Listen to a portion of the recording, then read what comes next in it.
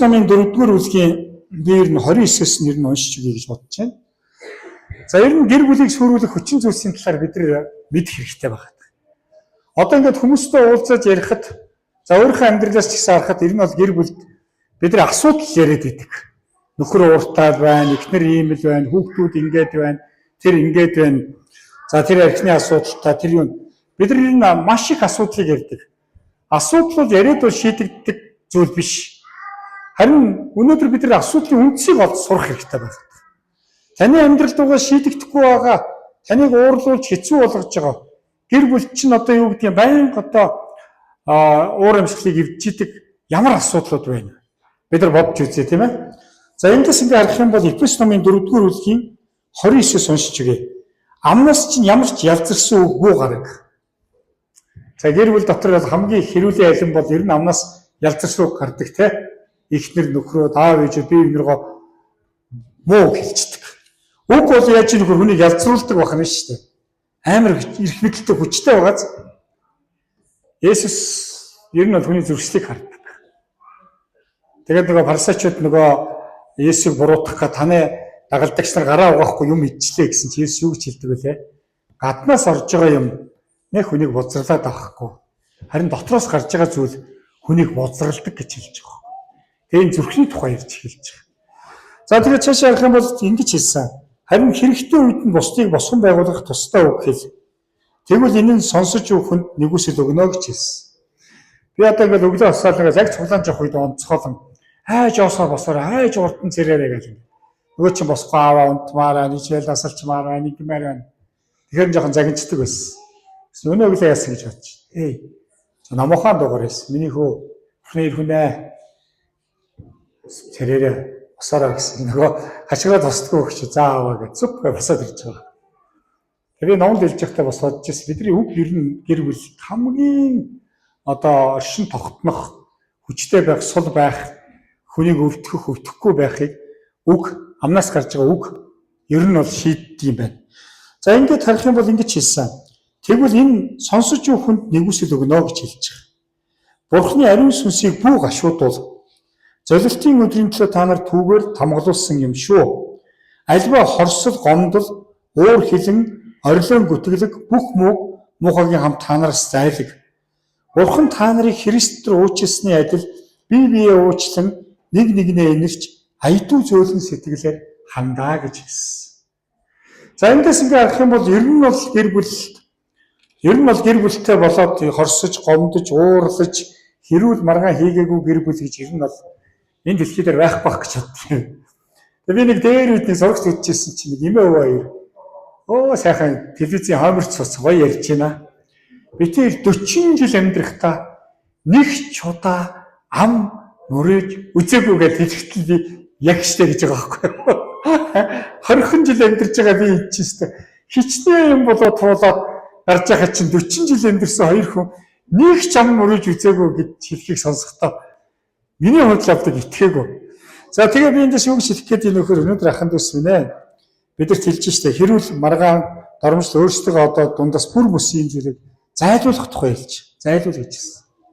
Гэр бүл дотор байгаа бидний сүрүүлэх зөрчил асуудлыг авчирж байгаа бид нар үг яриан дээрээ, бодол санаан дээрээ зүрх сэтгэл дотроо бид нар дүгэлт хийж явах хэрэгтэй. Олон хүмүүс миний бодол санаа, миний мэдрэмжил гэдэг. Өнөөдөр олон хүмүүс яаж ийм нөхөр ер нь бие бинийгээ буруутгах чиний л буруу гэдэг. Би нөхөртэй нь уулзахаар эхнэрээ буруутгах нь, эхнэртэй нь уулзахаар нөхрөө буруутгах. Хоёулаа 100% зүг байх гэдэг. Яг үүндээ гэр бүл дотор нэгнийх нь 100% зүг, нэгнийх нь 100% буруу гэж хаач байдгүй. За тэгээд өнөөдөр би юу гэж хэлэх гээд энэ нөхөр ер нь гэр бүл дотор энэ зөрчил асуудлыг шийдэж, давж гэр бүлээ бат бөх байлгах гол үндсэн шалтгаан, өөрчлөлтийн үндсэн шалтгаан бол уучлал байдаг. Уучлал. Олон гэр бүлүүдийн ингээд асуудлыг сонсож байхад одоо би тэр бол гайгүй болцсон шүү дээ. Бүр нэг анх мэрлж явах танаа манаа гэдэг нь ярихаа байцсан. Ер нь тухайн асуудал дээрээ маргалдаад ингээд шийдэд аваа гардаг болсон. Үл уучлал юуг авчирдгүй хөхөд дандаа өнгөрсөн амьдралууд чирж буруутгаж бие биенийгээ ард нь сүнслэг хүч ажиллаж идэг. Үл уучлал ер нь сатаны аягүй том зэвсэг шүү дээ. Та үл уучлалтаа яваад ах юм бол өнөөдөр би юу гэж хэлэх вэ? Диавол бидний амьдралд байр эзэлнэ. гэр бүлийг алж устгах сүрүүлэхээр тэр ажиллана. 2-р Коринт номын 2-ын 10-11 ишлэлээр юу гэж хэлсэн байдаг вэ? За би эндээс Библиэс тааханд уншиж өгье. 2-р Коринт ном. Ер нь үл уучлалаас болоод хүмүүс биеийнхээ үнэт зүйлийг олж харахаа бичдэг. Тийм ээ? Анхдаа эхнэрийн нөхрөө харахтаа яг ямар мэдээр харж ирсэн бэ? Библиэлд хэлсэн ш та нар анхны хайраа битгий мартаараа умартаараа л гэдэг. Та ингээд гомдоод юм уу үл уучлаад ингээд хорсоод ирэх үедээ та хүний сайн сайхныг олж харахаа бичдэг байхгүй. Харин яг уучлаад ирэх үед та өөрийнхөө алдаа оноог олж харна гэсэн үг. За 2-р Коринт номын би 2-ын 10-11 эшлэлийг би тавханд хуваалцъя. За энэ дээр ингэж хэлсэн байна. Сонсож байгаарай. Та нар хэн нэгнийг ямар нэг юмар нь уучлавал гэж байна. Би бас уучлана. Хэрэв би хэн нэгнийг ямар нэг юмар нь уучлсан бол та нарын төлөө Христийн оршихуйд уучлсан билээ. Ингэсэн биднийг сатан мэхэлж далимдуулах вэ гэсэндээ юм. Түүний санааг бид ямар мэдэхгүй байсан гэж. Гэр бүлд гарч байгаа хэрүүл дайн, тулаан, халиваа асуудлын ард бол ерөөсөө муу ерийн сүнс байдаг. Дайсан л ер нь бол далимжуулж, байр эзэлж, тийм ээ? Яаж юм? Далимдуулах вэ? Сатан мэхэлж далимдуулах вэ гэж хэлж байгаа байхгүй. Та нөхөртөө их нартаа гомдоол, аав ээжтэй гомдоол, зүрх сэтгэл дотроо ингээл гомдлыг тээх юм бол таны бодол санаа бүх юм харанхуй болдог. Найдваргүй болдог. Тэгээд хажууд байгаа хамгийн хайртай хүн чинь дайсан болно. Бээр алахгүй гэсэн сэтгэл дотроо алж л байдаг шүү дээ, тийм ээ? Мөн үү? Тэгэхээр өнөөдөр ахын дүүс минь бидний хувьд бол ямар ч зөрчил одоо юу гэдгийг асуудалгүй амьдрал гэж хаач байхгүй. Гэр бүл болгонд зөрчил асуудал ирэх нь ойлгомжтой. Амен. Дөнгөж гэрэлсэн хүмүүс хинтээ гэрэлч юутэй гэрэлч буруу сонголт хийчихвээ. Гэрэлтэнд харамсааж яваад байдаг. Гэр бүлийн бол зорилго бол огт зөрчилгүй амьдрах биш. Харин бид нар бол зөрчил асуудлыг тухайн үед нь одоо шийдвэрлэж сурах хэрэгтэй байна. Библиэлдээс. Библиэлдээс харах юм бол ингээд ер нь бол анхны гэр бүлүүдээс бурхан гэр бүлийг байгуулад анхны гэр бүлүүдээс ахуулаад янз бүрийн асуудлууд бий болж ирсэн. Тэгээд хэрэв бид нар харах юм бол хамгийн анхны гэр бүлд гарч байгаа зөрчил асуудлыг харах юм бол юу болдог вүлээ? Адам, Ева хоёр зөрчилдөд эхэлдэг тийм ээ. За эндээс ахуулаад юу болсон? Гэм нүглээс болоод нөгөө эмэгтэйчүүдийн төрөх зовлон ихсэл тэгээ эр нөхрөө эзэмтхийг захирахыг хүссэн ч гэсэн эр нөхөр нь чамааг захирнаа гэл ингээл ерөөсөө гэр бүл дотор зөрчил асуудал бол ер нь ханх хүн бий болоод гэмт улснаас ахуулаад бий болж. Та нар Каин Абель хоёрыг харах юм бол төрсөн ах トゥ хоёр байсан.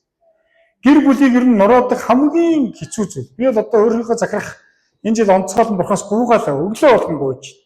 Эзэн минь гэр бүлийн амар амгалангийн төлөө гэр бүлээ нэг юм юу гэдгийг хараад хүчирхийлэн газар болгочихгүй юмсан.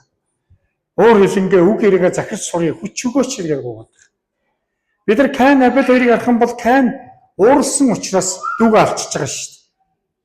Өнөөдөр маш олон хүн алсан хүмүүс ихэнх нь уурын асуудал байдаг. Уурлангууд яадгүйгээр ард нь нөө Иесус ажилдаг байхгүй. Төвчшгүйгээр тэр хүч тий махуудын хүстэй дарж чадахгүйгээр тэр уурнаасаа болоод дүүгээ цохоод алдсан шүү дээ. Өнөөдөр яг уурнаасаа болоод өнөөдөр хүмүүс асуудалтай болдог. За та хэр ууртай хүн бэ? Би стен уурын асуудалтай одоо ч тэмцэж байгаа. Тэгэхдээ урд нь бол хүн зохион онгочдог байсан. Христ итгэхэд уурнаас бол яриа хүн зогч юм байгаагүй. Бурхан надад хүчийг өгж байна. Уурнаас бол буруу маш олон шийдвэрүүд гаргаж ирсэн. Харин өнөөдөр бидний хувьд бол Библийн үг байна, зарчим байна, эзний сүнс байна, хүч байна. За би тэгэхээр юу гэж хэлэх гээд энэ нөхөр ер нь бид нар бол гэр бүл дотор байгаа түрүүс асуудал ярих биш. Гол асуудлын үндсэн одоо үндсийг болон түлхүүрийг олох хэрэгтэй байна. Яагаад уурлаад идэв юм болов? Эхнэр чи яагаад амархан уурлаад идэв? Нөхөр чи яагаад амархан уурлаад идэв ингэж ер нь дүн шилжээж үзсэн үү? Би ер нь ингээ зүгээр ч бүтээгт хайгуу дургу байхгүй. Шууд явдаг. Бүх одоо нэг гэсэн зарим ихнэр подкош шууд ял өгчдөг байхгүй. Тэгээ айгүй уур хүрдэг. Тэгээ гэр бүл дотор яагаад ихнэрээс уурлаад идэв гэхээр би өөрөө миний дуунын айгүй чанга ингээ нэрийн дуудчих шууд уурлана. Ханаа сайхан амарсан уу гэж үнсэд босох юм бол манай ихнэр ингээ айгүй намхан босоод ирдэг. өөрийнхөө эргэжтэйлэг байдлаар сэрээрээ босоороо гэлчих юм бол шууд хашгираа басаад юм болно шүү дээ. Тэгэхээр гэр бүл дотор ер нь бол нэг ийм одоо бид нар асуудлын үндсийг олох хэрэгтэй. За зөрчил асуудал ер нь бол би юу гэж гаргаж байгаа таны одоо шийдвэр хандлага нэг бол та хоёрыг улам ойлтуулна, нэг бол та хоёрыг улам холдуулдаг. Мөн үү? Аливаа зөрчил асуудал хандахтаа ер нь бол амар тайвнаар, дөлгөөн зангаар, хайрын сэтгэлээр илэрхийлж одоо сурах гэдэг. Бид нар бол бичээсээс биднийг суралцах хэрэгтэй зүйл байна. За зөрчил асуудлыг хэрэг бид нар зөв шийдвэрлэж чадахгүй бол яах вэ? Ер нь улам л бие биенээс олдоол юм. Мөн үү? Нэг орон дээр ирж байгаа ч гэсэн алс хол амьдарч байгаа юм шиг л тий? Дундуур за хааг тавиал, хан өрөөл тий? Уруу хараад хоёулаа буруу юм бодоол тий? Хинтээ болцсон, юутай болцсон, яасан юм болов, ийсэн болов гэх ийм бодж үзээгүй гэр дотор хүн байхгүй гэж боддог. Би өөрийгөө ер нь арай жоохон олон нөгөө гим нүглийн амьдралаар амьдрсан. Миний бодсон юм хитрхи бохир юм болов гэж бодсон.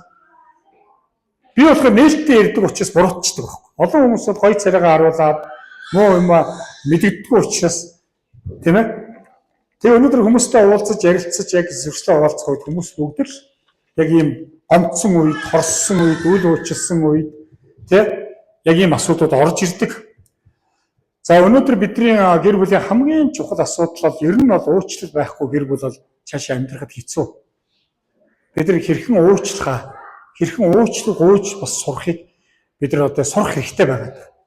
Та бусдаас уучлах ууж чаддаггүй. Би одоо хүүхдүүдээс уучлах ууж Жошоо аавгаа уучлаарай, Жоо яавгаа уучлаарай, Ами аавгаа уучлаарай, Цэнгэлээ намайг уучлаарай гэх. Йоо ганц чанга дуурсны төлөө өчнөө олон хүнээс уучлах гэхдээ 5 хүнээс уучлах ууж штэ. Өнөөдөр ахын дүүс минь ээ. Өнөөдөр бидний хувьд одоо бид нар хэлжсэн махбодын хүслээр биш сүнсний хүч чадлаар амьдрахын тулд бид нар яаж юм? Ихэнх хүмүүс ер нь зөрчил асуудал тулгархад төрлөх зангаараа л хандаад идэг. Би угаасаа ийм хүн. Манай аав ийм байсан, ээж ийм байсан гэдэг. Би ах дүүс минь ондлоо ер нь дотроо одоо хадгалах тий хүмүүс буруу шийдэ, үл тоомсорлох. За одоо юу гэдэг юм? Энийг шийдэж байгаа асуудлыг хоёр тал хараг. Нэг нь айгүй огцом гаргаж ирдэг. Миний төрлийн юм бол айгүй огцом гарч ирдэг. Илэрхийлэл харуулдаг. За ууралж, дайрах, хашгирах ч юм уу. За зарим хүмүүс бол дуугаар оруулчихдаг. Шамтай юу ч ярихгүй. Хэдэн өдөр дуугаа асуулчих. Бидний Библиэс авах юм бол Яков намын 1-р бүлгийн 19 дээр хэлсэн байгаа. Уур хэлэндээ хойрог бай гэж хэлсэн. Тэгээд ууралсан ч нүгэл бүү үйлд гэж хэлсэн.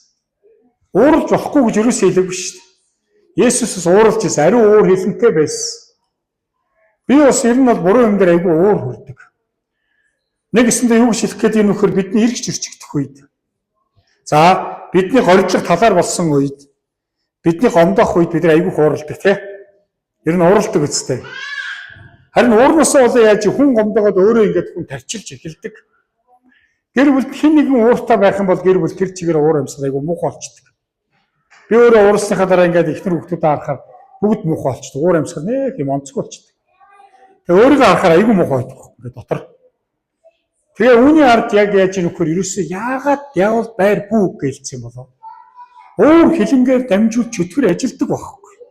Чөтгөрийн хамгийн том зэвсэг байгаа. Ер нь ихэнх хүний хувьд энэ гомдсон сэтгэл нь нэгсэндээ яадгүй гэхээр шархалцсан учраас энэ уур хилэн гадагшаа асгарч илэрхийлэгдэж идэг байна. Ууртай хүмүүсийг ер нь бол зөрчлийг шалгах юм бол маш их шархтай байдаг. Би юунаас маш их шарх авсан. Тэгээ уур бол нөгөө сэтгэлийн хөдөлгөөний нэг хэсэг гэж байгаа шүү дээ. Гаднаас ирж байгаа юм яг үндэ бол таныг уурлалдаггүй гэж хэлсэн. Харин уурлах уурлахгүй таны сонголт байгаа. Би л ер нь их амархан уурладаг. Огцом хүн бай. Харин одоо эргээд ингээд бодсон чи би айгүй тийм төвчээртэй болж. Сүүлийн үед одоо янз бүрийн хурлуудыг очиж байна. Тэгээд урд нь бол хамгийн түрүүнд дуурчдаг. Буруу юм сонсогдол бол сүмп гэж гараад ирдэг байсан. Одоо бол ер нь залбирч сууж агаад яг хэрэгцээтэй үе зөв үгээр дуурс болж байгаа. Урд нь хичнээн зөв үгийг чангаар юм ууртайгаар хэлчихээр тэгээд бүх юм миний буруу болчихдог гэсэн. Бүх сайн мянган юм нэгхэн үгээр нэгхэн дууны үг чанга буруу илэрхийлэл би буруучдаг байсан. Тэгээ одоо би бурхаас гуйж байгаа эзэм минь мэрэгүү ухаан өгөөч. Бие захирах сүнсийг өгөөч. Өнгөрсөн би танд айдсын яг бидэнд хүч хайр бие захирах сүнсийг өгсөн гэж байна. Тэгээ бие захирч сурмаар байна. Би одоо бодож ярьж сурмаар байна. Тийм ээ? Гоор бодлогогүй шууд хилматлчдаг гэсэн үг байхгүй. Тэгээд дараа нь боддог байсан. Ярьсныхаа дараа боддог. Юу хийчихвэ? Юу хэлчихвэ гэдэг. Өнөөдөр Библиэр сарах юм бол ер нь бол залбирал бол Бурхантай харилцах. Та нар яг Библиэр ингэ харах юм бол яг ингээд онцгойлон сайн мэдээний 4 номон дээр Есүсийн хэлсэн үгнүүд одоо сүүлийн юун дээр бол улаанаар ингээд тэмдэглэсэн байна. Би онцгой тэн дээр аягүй онцгой үг баг. Бидний эзэн Есүс миний хаан. Бурхан надад онцгойлон хэлж шít. Есүс асуудагч бид яаж залбирх вэ гэж асуусан. Тэгээ би энийг ер нь номлож исэн зааж исэн өчнөө яасан. Эзэн надад өнгөрсөн 7 хоногт би бас яг ингээд энэ гэр бүлийг сүрүүлэх зүйл үйл өөрчлөлт байдаг юм байна да. Заримдаа бид нар яг өөрчлөлтсөн гэж бодож байгаа боловч уучлаагүй мартаад орхисон зүйл байдаг. Би ч гарч идэг манай их нарын амнаас гэсэн чи урд нь тэгээ үсттэй. 20 жилийн өмнөх юм хүртэл гарч ирж идэг. Тэгээ би бас боддог байхгүй. Эргээд ингээ харахад бид яг өртөнгүүдээ бас заримдаа уучлаа. Өртөө юм шиг хэрэгцээтэй үед нь зэвсэг болох гадгалцсан. Харанхуй өрөөндөө нууцсан байж байгаа зарим зүйлээ. Юмыг яаж идэх вэ? Дараа дайм гарахад хэрэг болно гэж зэвсэг болго гадгалцдаг тий. Тэгээ Есүс юу гэж бид өртөнгүүдээ уучласны адил гэж хэлсэн байна. Тэгээ би бодсон би хин надад өртөө байлаа гэж бодчих. Хамгийн өртөө хүн чинь ер нь бидний хамгийн хайртай хүмүүс байх юм билээ шүү дээ. Намайг тэврээгүй, намайг хайрлаагүй, намайг сонсоогүй, надад цаг гаргаагүй, миний хүслээр байгаагүй, миний тэгээгүй гэдэг ингээд асууж ямар их би өөр нэг гэж юм бэ. Дээс айгүй онцгой зүйлийг хэлсэн ш. Бүх энэ залбирлуудыг зааж өгснөхийн дараа өртөнгүүдээ уучласны адил миний өрийг уучлаач гэж Бурханаас гуйв. Энэ юу хэлж эхлээд бид нар өртөнгүүдээ уучлах хэрэгтэй. Та нар одоо гэрт очиод ямар шалтгаангүйгээр уучлаарай гэдэг уучлсан гэдгээ хэл бас уучлал бас гуйж сурах хэрэгтэй байна.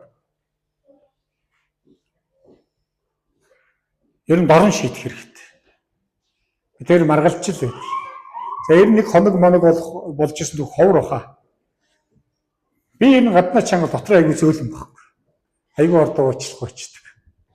Манай ихнэр гаднаа айгүйг намах байр дотор амар чанга хүн байхгүй. Хэр өргөд тавихгүй штэ. Тэгээд яг би тэр чинь нөгөө бие биенийхөө өөр юм зан чанарууд бие биенийхээ ингэж гоё нөхөж авч явдаг. Тийм учраас ахын дүүс минь би юу гэж хэлэх гээд энэ үгээр Библиэлд харах юм бол хэрвээ та уучлахгүй бол уучлахгүй гэж хэлсэн.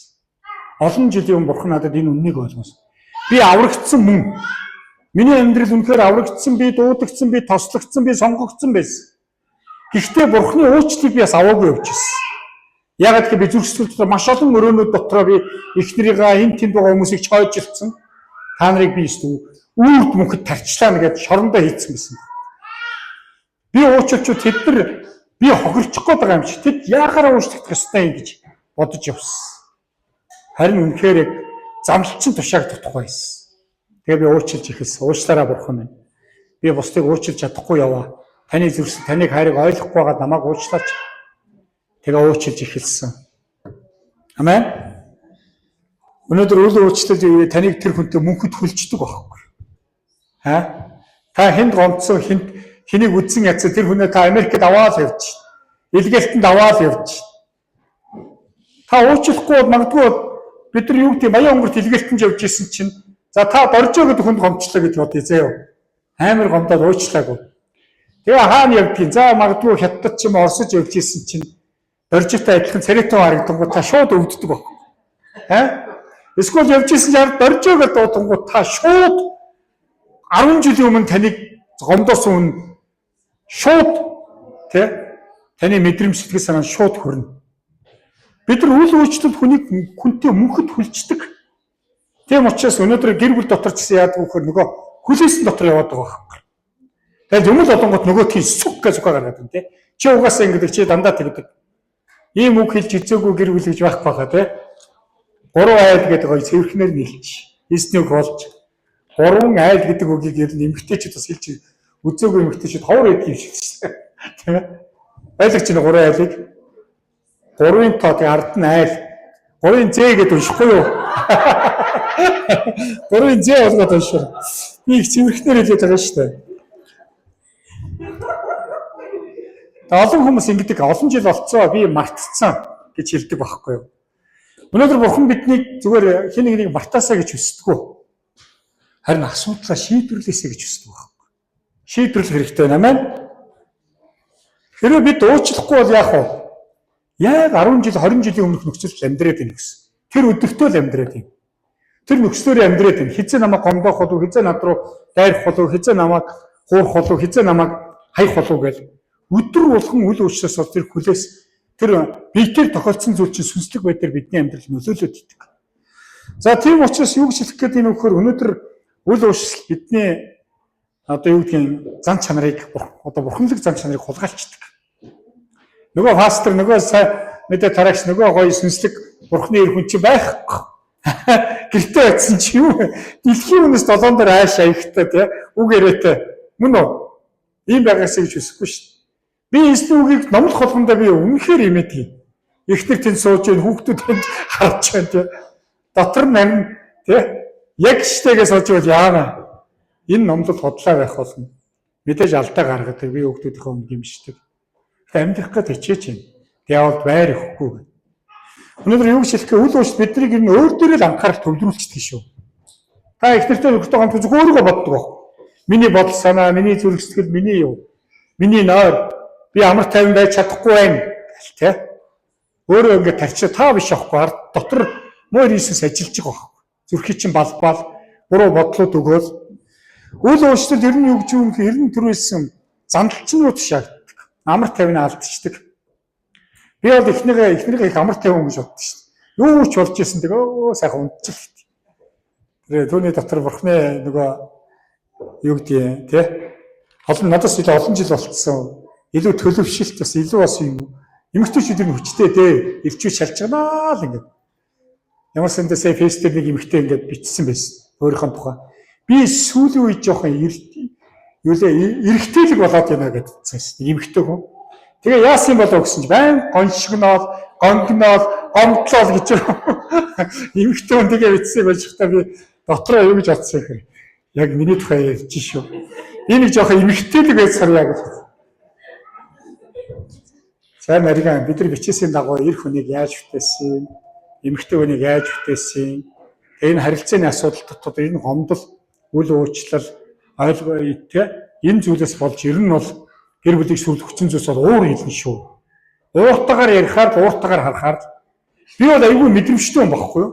Сүнслэг бүр. Яг ингээд авч хаад ард ихнэр цаашаараа амар дотроо муухай уурлаад дургу байгаагийн бол би буруу арж захтай мэдчихдэг юм багхгүй. Тэг ер нь. Тэгээ энэ яаж юм хөр хүн чи өөрөө сүнстэй бид нар чинь нэг бий болцсон. Зөвхөн олон жил амьдраад байгаа ихнэр нөхрийнхөө нөгөө үйл явдал хандлага харцыг хараад мэдэн штэ. За тэгэхээр ахын дүүс гинэ үл уучлал бол ер нь бол дайсантайгаа нэг тал зогсож байгаагийн хэлбэр шүү. Та уурлал, та гомдхол юм бол та Бурхны эсрэг зогсчлоо гэсэн. Миний ярьж байгааг ойлгож байна уу? Амен.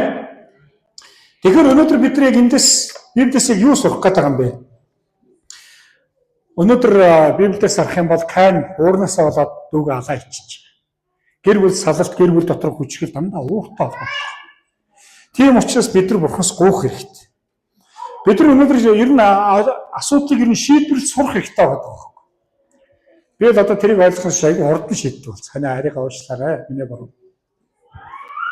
Тэгэр бүл дотор би энийгээ бол ер нь бол уур хилэнгээр гоё үг, мэрэгэн цэцэн үгээр янз бүрийн дууныг тоон гарсан хизээч ялна гэж байхгүй. Хоёулаа ялагдана. Тэгээ би одоо ихнэрээ ялаад нэг сурцсан. Ирчүүд сонсоод аваа. Чиний буруу, миний буруу гээл. Тэгэх юм бол би бүр хизээч барахгүй байхгүй. Би инх тусам улмал манай уусна. Тэгээ ихнэрийг ялах нэг аргыг сурсан. Ичтэй 3 үг гэдэг юм лээ шүү дээ. Нэг нь намайг уучлаарай. Тэгэхэд тийм амархан биш. Ялагдсан юм шиг айгүй хэцүү шүү дээ. Гэхдээ яг үндэ чинслээсээ намайг уучлаарай гэж хэлэх үед диаволын хүч сулардаг баг. Хоёр дахь нь миний буруу. Миний буруу. Анаа. За гурав дахь үг бол ерөөсөө би чам тайртай. Намайг хөөсөн ч, загинсан ч, янз бүр болсон ч би чам тайртай. Амен. За тэгээ энэ үг бол ер нь гэр бүлийг аварнаа. Библиэлд ер нь бол юу гэж хэлсэн юм бэ гэхээр ер нь бол асуудлыг шийдвэрлэхгүй орхисноос болоод энэ хоримтлагсаар байгаа сүултээ дотгошоо дэлбэрэхээр яадгүй олон хүмүүс орилж чарлж магадгүй биеийнхээ тийм ээ бие махбод сэтгэл санаанд хүчрхийл үлддэг. Магадгүй дотгошоо дэлбэрээ олон хүмүүс архинд орж байна, тамхинд орж байна. Эмэгтэйчүүд одоо хоол одоо янз бүрийн зүйл донтож эхэлж байна. Ирчүүд бол архинд ордог. Үйлдэл болон бодисын донд ордог. Харин гадагшаа дэлбэрэхээр яаж юм хин нэгний хохирогод магадгүй хин нэгний алаа хийчих. Уурсандаа нэгсэнд алдлага үлдчихэж штэ. За тэгээд өнөөдөр бид нар ер нь бол бичээсээс харах юм бол уур хэлэн дээр бидний хойрог бай гэж хэлсэн байна. Өнөөдөр бид нар бичээс харах юм бол Библиэлд юу гэж хэлдэг вэ? Ер нь уучлал гэж хэлдэг. Энэ бол тушаал шүү. Хажууд байгаа хүндээ хэлж уучлал тушаал шүү гэж. Сонголт шийдвэр биш. Заримдаа юу шүү байчи цаг өг гэл. Тушаалыг ер нь хилцдэггүй гэж та нар цэргийн сонсч ирсэн үү? Энэ бол Бурхны тушаал байна амин. Тэгээ бид нар нэг юм гэр бүл болж байгаа асуудлыг нэг буруу одоо ойлголт нэг юм гурван хандлага байдаг. За нэгдүгээр юу ч болоогүй зөв зүгээр царайлах. Гомдоогүй байдал гаргадаг те. Зүгээр би чамд гомдоогүй. Би чамд ер нь уурлаагүй гэж хэлж штеп. Ингээд яадаг юм уу? Эсвэл болцол тавьдаг те, нөхцөл тавьдаг те. Одоо асуудал гарсны дараа хэн нэгнээс хонцоо авдаг өстэй. Чи чамаа одоо чи ингэх юм бол тэгэх юм бол чи одоо ингэх ёстой тэгэх ёстой гэдэг мөн үү? Энэ буруу. Тэгээд дараад нь яаж ийм вөхөр за дууссан юм чинь гэдэг асуудлаа шийдэхгүй асуудал мартах гэж оролддог байхгүй. За одоо дууссан өнгөрсөн юм яриад яах вэ гэдэг. Гэтэл энэ өнгөрөөгүй байж идэг. Тэгээд миний хувьд юу гэж хэлж ийм вөхөр саяны үг ярианд тохоо байх. Библиэс харах юм бол бидний гэр бүл дотроо ихтэн нөхрүүдийн ер нь аав ээж хүр хүүхдэд харилцах харилцаа бол нэгдүгээр үг хэл үйл хөдлөлөөрөө уучлсан гэдгийг илэрхийлэх хэрэгтэй байна. Та хэр илэрхийлээгүй хайр юу гэдэг илэрхийлэгдээгүй үг бол хизээч шийдвэрлэх асуудлыг шийддэггүй гэж хэлсэн. Та хэлж сураараа. Намайг уучлаарай гэж хэлж сураараа. Миний буруу гэж хэлж сураараа. Би чамд хайртай шүү гэж хэлж сураарай амин. Дараагийн зүйл нь ер нь бол ингээ харахаар хариу авах дургуйслаа орхих, чин хүслээ одоо орхих хэрэгтэй байна. Энэ намайг ингэсэн учраас би заавал хариу авна. Ихтер минь намайг өвдгсөн учраас би түн заавал өвдөлтийг мэдрүүлнэ гэж байгаа юм. Үгүй ээ. Уучлал бол хизээч шунзаа авах биш, орхих байгаа. За тэгээ бидний хувьд бол зөрчил асуудлаас болж гомдож шархалсан өр ширнээс одоо юу гэдэг би энийг бүрэн чөлөөлөх хэрэгтэй.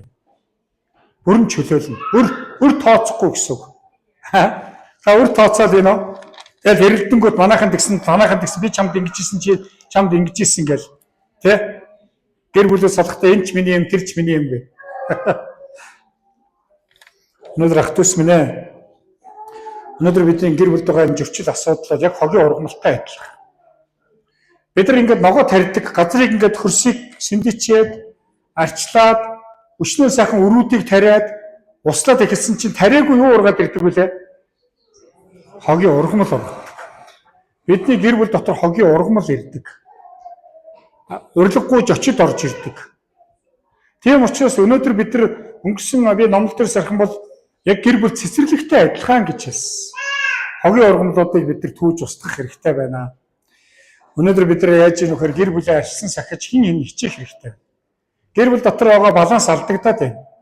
Зөрчил асуудал дээр нөхөр л ингэх ёстой. Бүх юмаа үүрэх ёстой гэдэг. Библийн зарчмыг харах юм бол нөхрүүд бол өрн даамаа хаалган дээр суугаад ахлагчдын зонд суугаад байна. Эхнэрүүд бол гэр орноо цэвэрлээд хоол ундаа игээд ажил төрлөө их гээд ер нь бол бараг ихэнх нь бараг тийм байлээ шүү. Гэхдээ эргээд харах юм бол ер нь бол яг хоо нэг бие гэж хэлсэн, энэ тэнцүү гэж хэлсэн. Тийм учраас гэр бүл дотроо хайрлагдаж, хамгаалагдаж, хангагдаж гэр бүл дотроо хүн аюулгүй байж үн цэнтэй өөрийн оршихуйгаа мэдрэнэ гэдэг бол гэр бүлийн үн цэнийг бий болгодог. Тэгээ би нөгөө гэр бүл хайрын үн цэн гэдэг нөгөө баярын өдрөлөг саммитын юу хийгээ явж байхдаа би нэг зүйлийг ойлгосон. Ер нь бол гэр бүлийн тэр үн цэн яг юунд оршдог юм болов? Тэгсэн чинь ерөөсөө хайрлж хайрлагдахад үн цэн оршдог юм. Гэр бүл ямар үед баяр хөөртэй байдгийм бэ гэсэн чинь гэр бүл дотроогоо хүн болгон бусдыг хайрлах үедээ л хүн баяр хөөртэй байдгийм. Бурхан бидний нүгэлтнийг хайрлсныхаа дараа бурхан үнэхээр хайрлсан байгаа шүү дээ. Та нар бодоод үзтээ. Тэгсэн чинь хайртай үнэ хайрлаж чадахгүй байна гэдэг бол энэ бол бас тий. Та бодоод үзээрэй. Бурхан таныг нүгэлтэн байхад хайрласан. Харин үнэхээр хайртай гэдэг Бурханы юм амлалт өгсөн шүү дээ чинь. Өвчтөй байсан ч, зовлонтой байсан ч, баян байсан, ядуу байсан ч үхэл салгахаас өөр ямар ч үед бие биенийгээ хайрлна, итгэмжтэй байна гэсэн амлалтыг өгсөн. Гэр бүл дотор хэцүү зүйл гарах юм бол та Бурханд өгсөн амлалтаа санаарай. Бурхан бол гэрээний амлалч. Би тэгээд нэг гэр бүлийг ажиллаж байхдаа ер нь бол яг нөхөр нь ажил хийдэггүй, эхнэр нь их ажил хийдэг. Тэгээд тэр гэр бүлийн асуудал дандаа нөгөө эхнэр мөнгө олдог учраас давмгаа байр суурь эзэлсэн давуу байдалтай. Тэгээд нөхрийгээ дандаа л юу агаад идэг байсан. Яг гэрлэхээс өмнө итгэдэггүй байжгаад тэгээ эзэн чуулганд ирээд тэгээ гэрлэхт нь би амлалтын дотор тэрийг оруулсан. Би энд нэж ажилтай байсан ч ажилгүй байсан ч ер нь гэрлэлтэн дотор ер нь тэр амлалтыг өгүүлсэн дэр юм бэл тий. Ажилтай байсан ч ажилгүй байсан ч хайрлна шүү дээ мөн үү? Баян байсан ядуу байсан ч хайрлна. Тэгээ гэр бүл гэдэг бол эрхэм нандин зүйл шүү. Тийм учраас хэдүүлээ бас тий одоо өөрсдийн гэр бүлийг ирээдүйн хүүхдүүдийн төлөө энэ нийгэмд гэрэл болсон, гэрчлэл болсон. Бидний өнөөдөр нийгэм харж байгаа шүү дээ. Баяраар эргэдэг юм байна. Тэ? Хажуу айл маань ихнэр хүүхдээ зодож нүдэл орилуул чарлуулаад нөгөөдөл нь хаалга савж гарч гүүгээл эсвэл сохтуу хөлчөө хүмүүс ирж гэр оронд нь зодолтоол. Ийм зүйл байхгүй учраас тэд нар биднээс зүйт байдлыг олж харж, сайн үлсийг олж харж. Тэгээд тэд Бурхныг алдаршуулдаг амин. За тийм учраас хэдүүлээ зөрчил асуудлыг давж сурья. Түрүү хэлсэн шүү дээ зөрчил асуудал үгээр андаа хэдүүлээ айдуу зөөлөн бай. Тэ асуудлыг дор бүрдэн шийдэж өнөөдөр бид нар хин нэгнээс уучлах сураараа. Энэ бол үнэхээр тийм үү том шийдвэр, том зориг шүү. Бурханаас гуугаараа. Бид нар гомдоход бол ямар ч контролгүйгээр үг гарчдаг мөн үү? Мохоо үгүй бол өөрөөсөө ихтэй нөхөртэй хайр дундаа харамгүй хэлдэг. Гэсэн хайртай уучлаараа миний буруу гэдэг үгийг хэлэх гэж болдгоор дэлхийн 3 дугаар дайм болно гэж байна. Тэгээ хэлж байгаа нь яадаг вэ? Нөгөө шин сэтгэлээсээ биш сэтгэлийн хөдөлгөөн, эмоц байхгүй уучлаарай. Би ч уучлаарай гэж хуугаа өстэй. Би хурлаг байна. Энэ бол уучлал гоох биш, уучлал тий арга замч биш шүү. За тэгээд хэдүүлээ яг Бурхан биднийг Христ дотор уучлсны адил гэр бүл дотор бид нар урагшаа авахын тулд би энэ уучлсаар л явна мэн. Та амнасаа би дахиж хизээч уучлахгүй гэж хэлж байгаа бол энэ үг чинь тэнгэр тогтоод тэр хүн хизээч уучлахгүй таны өмнө ялтан болно гэсэн. Энэ үг хэлсэн бол та уучлал гуугаараа, үгээ цуцлаараа. Амен. За хамт залбирая тэгээд. Эзэн минь танд баярлалаа. Та бол гэр бүлийг бий байгуулж. Эзэн минь та эр хүн эмэгтэй хүний бүтээхдээ өөрийн дүр төрхийг өгсөн. Бүх юм нэн сайхан байсан эзэн минь. Гэр нүглээс олж бид бие бинийгээ үзэн ядаж. Бие биенийхээ нэн сайхан зүйлийг олж харж чадхаа байж. Аваа бие бинийгээ дайсан мэт үзэж, бие бинийгээ хөнөөхөөр эзэ галтцун мэт эзэн бузар үгсийг амнасаа гаргаж, бодол санаандаа тэдний эсрэг эзэ хардалт сэрдэлт, төсөөлөл, буруу бодлуудыг бодолж, үгээрээ үйлдэлээрээ бие бинийгээ гэмтээж байсан. Та биднийг уучлаач. Бидний зүрх сэтгэл дотор альва өөр байгаа бол хэзээ ч уучлахгүй гэсэн хин нэгний гомдож, эзэ одоо ч гэсэн бодохоор өвдөж байгаа өртөн байгаа бол бид эзэн минь бас өртөнгүүдээ уучлахыг хүсэж. Аава та бас биднийг уучлаарай. Өртөнгүүдээ уучлсны адил биднийг уучлаач. Тэгээ бид үнэхээр эзэн Есүсийн нэрээр бид ямар ч ял байхгүй эзэн эрх чөлөөтэй байхыг хүсэж. Тэгээ энэ чуулганы гэр бүл болгоныг өрөөгөр, амар тайвнаар өрөөгөр. Бие бинийгээ урамшуул, зоригжуулж босгон байгуулд. Дөлгөөн инэрэнгүү сайхан сэтгэлээр хандхад ариун сүнс та бидэнд туслаач. Танд бүх алдрыг өргөн. Эзэн минь бидний сүнсний нүдийг нээж өгөр. Над чих хүнд эзэн минь өгсөн энэ ихнэр хүүхдүүдийн төлөө талархаж байна эзэн минь. Тэгээ эзэн минь танд бүх алдар нь байгуултугай. Есүсийн нэрээр талархан даатхан залбирч байна. Амен.